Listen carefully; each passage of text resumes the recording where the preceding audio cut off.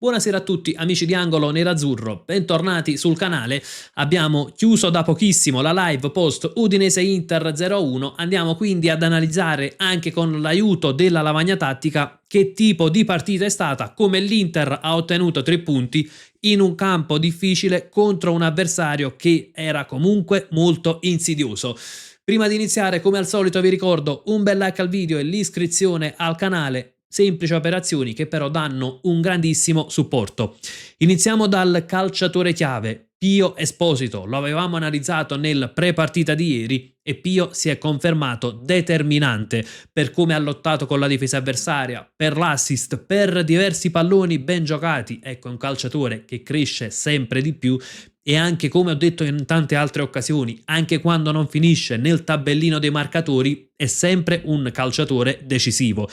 Infatti, come hanno giocato Lautaro e Pio Esposito, Lautaro incontro all'azione, Pio Esposito a fare un po' da terminale offensivo e ad andare sempre a lottare con Kabasele. C'è stato un duello costante per tutti i 90 minuti, duello che Pio Esposito ha retto bene. Anzi, in tante occasioni, come quella che ha portato al gol, è stato determinante. Infatti il gol è arrivato dall'appoggio di Zielinski per Pio Esposito. Pio ha lavorato benissimo il pallone da pivot, come si suol dire, contro Kabasele, e ha dato palla a Lautaro che appunto si inseriva da dietro e poi c'è stato un grande gioco, una finta di Lautaro, il tiro di esterno destro.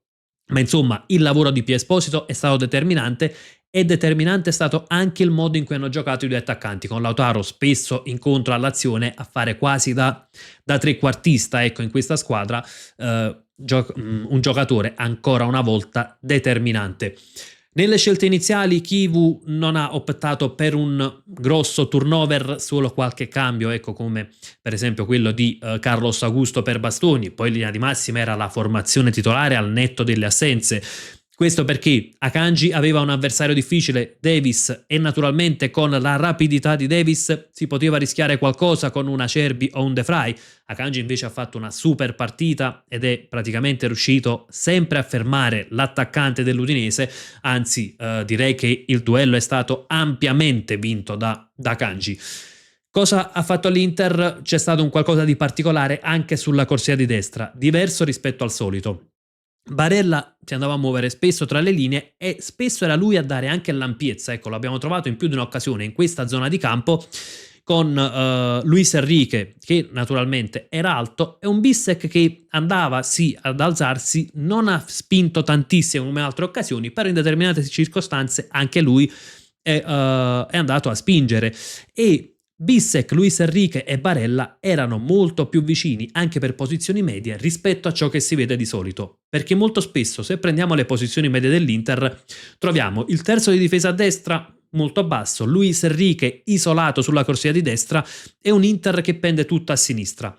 Ecco, in questo caso invece, seppur i calciatori sulla corsia sinistra, come vediamo il 32 e il 22, quindi Di Marco e Mkhitaryan, sono più avanzati, qui si va a creare quella sorta di triangolo tra Barella, Bissek e Luis Enrique, come appunto vediamo anche qui alla lavagna tattica.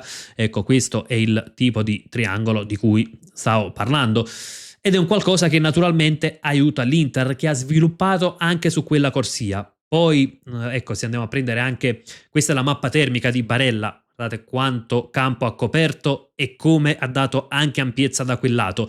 E torniamo sempre un po' al solito discorso. Ecco, Barella è un calciatore intelligentissimo dal punto di vista tattico, fondamentale direi dal punto di vista tattico.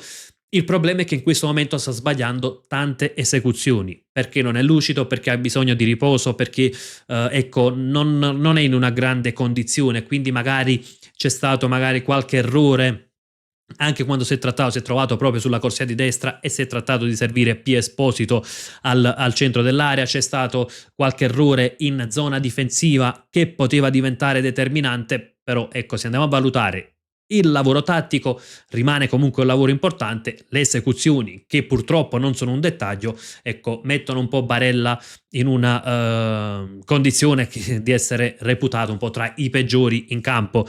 Sì, o forse ecco il peggiore, forse è l'unico che non ha appieno convinto nella partita di oggi. Torniamo alla lavagna tattica. Sulla corsia di sinistra invece c'è stato, come al solito, Di Marco e Mkhitaryan che hanno spinto tanto. Carlos Augusto ha dato sì supporto, ma non ha fatto tantissime sovrapposizioni come invece per esempio capita quando in campo c'è Bastoni. Zielinski, come al solito, giocatore determinante, tanta qualità dai suoi piedi, ed è stato un Inter che nei primi 30 minuti ha interpretato benissimo la partita. Praticamente la prima mezz'ora di gioco l'Inter ha, possiamo dire, dominato il match. L'unico neo è stato quello di trovarsi solo 1-0. Cosa ha fatto invece l'Udinese? Perché è stato un Udinese molto simile a quella che ci aspettavamo. Ecco, la partita, il pre-partita che abbiamo illustrato ieri è stato poi rispecchiato da quello che abbiamo visto in campo. Quindi un Udinese che andava anche al pressing, soprattutto nei primi minuti della partita ha portato un pressing alto, una linea di pressing molto alta, si usciva, o meglio uscivano molto aggressivi sul portatore di palla. È stata però un Udinese anche che ha concesso qualcosina. Ecco, alla fine si trovavano praticamente due centrocampisti in questo modo, e quando l'Inter saltava la prima pressione trovava comunque ampio spazio. È capitato in più di un'occasione, anche quando poi Pio Esposito ha lanciato Lautaro, poi è stato chiuso da Cabasele, ecco, se non vado errato Lautaro, però Pio Esposito, c'è Akanji che recupera palla, si verticalizza su Pio Esposito e subito si trova modo di attaccare la linea difensiva avversaria. Perché? Perché come abbiamo detto portavano una linea di pressing alto, saltata questa prima linea di pressing poi c'era possibilità di andare ad attaccare la difesa avversaria, ed è un qualcosa che l'Inter nella prima mezz'ora, nei primi 40 minuti di partita ha fatto spesso. In fase di possesso invece era particolare l'atteggiamento di Ekkelenkamp e Atta, perché sulla carta Atta faceva un po' da trequartista, in realtà Atta poi svariava tantissimo a tutto campo, quindi lo abbiamo trovato a volte a destra, a volte sulla sinistra, e Ekkelenkamp tra i tre di centrocampo era quello che avanzava. È un qualcosa che fa di solito, e quindi poi si trovava spesso sulla tre quarti. Atta si è trovato a volte magari a fare un po' il trequartista destro, in altre situazioni addirittura quasi a fare la mezzala, quindi ha svariato tantissimo per tutto il campo. In fase di non possesso invece l'Udinese era molto aggressiva nella nostra metà campo, poi nella loro metà campo si abbassavano e si andava a formare una 5-4-1. Praticamente in questo modo era però una squadra aggressiva anche a metà campo, e naturalmente complice la grandissima fisicità dell'Udinese. Come detto, nel primo tempo è stato un Inter che era in completo controllo della partita, e il neo è stato non aver raddoppiato. Nel secondo tempo poi è cambiato un po' l'Udinese, naturalmente col passare dei minuti hanno alzato il baricentro, hanno provato a schiacciare il piede sull'acceleratore e hanno provato a dare, ecco, qualcosina di più. In realtà è stato un Inter che poi avrebbe potuto far male in contropiede, e qui arriviamo ad un cambio che è stato fatto da Chivu, l'uscita di Pio Esposito per Bonni. L'ingresso di Bonni poteva starci assolutamente, perché con l'Udinese molto più sbilanciata, molto più alta praticamente, che si trovava in una situazione simile, lasciavano molto più le ripartenze, lasciavano la profondità, o meglio più che le ripartenze, e quindi l'ingresso in campo di Bonni poteva essere utile per provare a chiudere la partita. Il punto è che, nonostante la grande partita di Lautaro Martinez, io avrei fatto uscire più Lautaro che Pio Esposito. Perché? Perché poi nel finale, dove l'Udinese aumenta la pressione offensiva, inserisce altri attaccanti, avere Pio Esposito sarebbe stato un gran bel vantaggio, perché avrebbe dato la possibilità anche di verticalizzare su Pio Esposito e quindi avere un terminale offensivo di peso, un calciatore che poteva comunque fare a sportellate ancora con la difesa avversaria, come ha fatto per l'intera partita fino a che è rimasto in campo. Un calciatore che può far salire i compagni di squadra, un calciatore che può prendersi un fallo, e sappiamo ogni fallo poi permette di guadagnare secondi, addirittura minuti preziosi, di far salire la squadra. Quindi in quel finale contro una squadra molto fisica non avrei rinunciato a Pio Esposito. Capisco l'ingresso di Bonni, però, che è un calciatore che sa attaccare la profondità, una profondità che l'Udinese ha lasciato spesso anche nel primo tempo. Naturalmente con Lautaro e Pio Esposito non è facile attaccarla, con Bonni o eventualmente Thuram, che non è entrato, però ecco, con quel tipo di caratteristiche si può attaccare meglio. Nel secondo tempo la lasciavano maggiormente perché hanno alzato il baricentro, e quindi ci stava la scelta di Bonni. Nel finale l'Inter è passata addirittura al 5-4-1 con Akanji davanti alla difesa e l'ingresso di Acerbi e De Vrij, quindi praticamente i tre difensori Bissek, Acerbi, De Vrij più Akanji. È finita per essere un 5-4-1 quella dell'Inter. Devo dire scelta che però mi ha trovato d'accordo, perché era un Udinese a trazione offensiva con tre attaccanti e con tanti centimetri nell'area di rigore, quindi avere una Acerbi naturalmente sulle palle alte è un vantaggio, avere un De Vrij, avere tre difensori veri di ruolo, per quanto Carlos Augusto abbia fatto una grande partita, addirittura ha fatto una chiusura eccezionale su Davis e l'arbitro ha visto un fallo assolutamente inesistente, ha dato un'ammonizione addirittura. Però insomma in quelle situazioni avere dei difensori di ruolo, dei difensori alti è importante, e quindi benissimo anche che il 5-4-1 quando c'è bisogno insomma di fare un po', ecco, di battagliare in mezzo al campo per tenere il risultato, per portare a casa punti. È giusto che questa squadra lo sappia fare, è giusto anche mettersi un tantino sulla difensiva e provare a ripartire, quindi non mi è piaciuta tanto la scelta di far uscire Pia Esposito, mi è piaciuto tanto però ecco il 5-4-1 finale di Chivu. Poi nel finale naturalmente c'è stato un po' di apprensione più che di sofferenza, c'è stata una situazione in cui l'Udinese ha fatto un cross proprio negli ultimi minuti e il pallone in aria naturalmente sull'1-0 negli ultimi minuti porta sempre un po' di apprensione, però è stato un Inter che in generale ha gestito bene la partita. Concludo anche con qualche appunto idea sulle prestazioni individuali.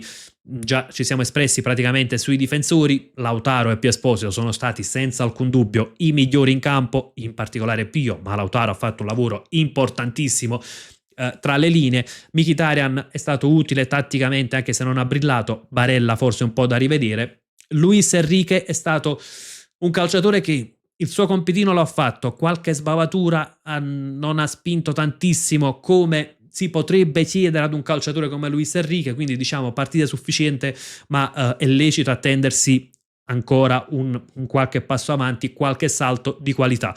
Detto questo, naturalmente a netto anche di un po' di apprensione finale, è stato un Inter che ha strameritato la vittoria e le statistiche parlano chiaro. L'Inter ha concesso un solo tiro in porta all'Udinese, solo 0,22 di XG e praticamente possesso palla, tutte le statistiche sono nettamente a favore dell'Inter, quindi questo la dice lunga sul fatto che l'Inter abbia saputo gestire anche l'1-0.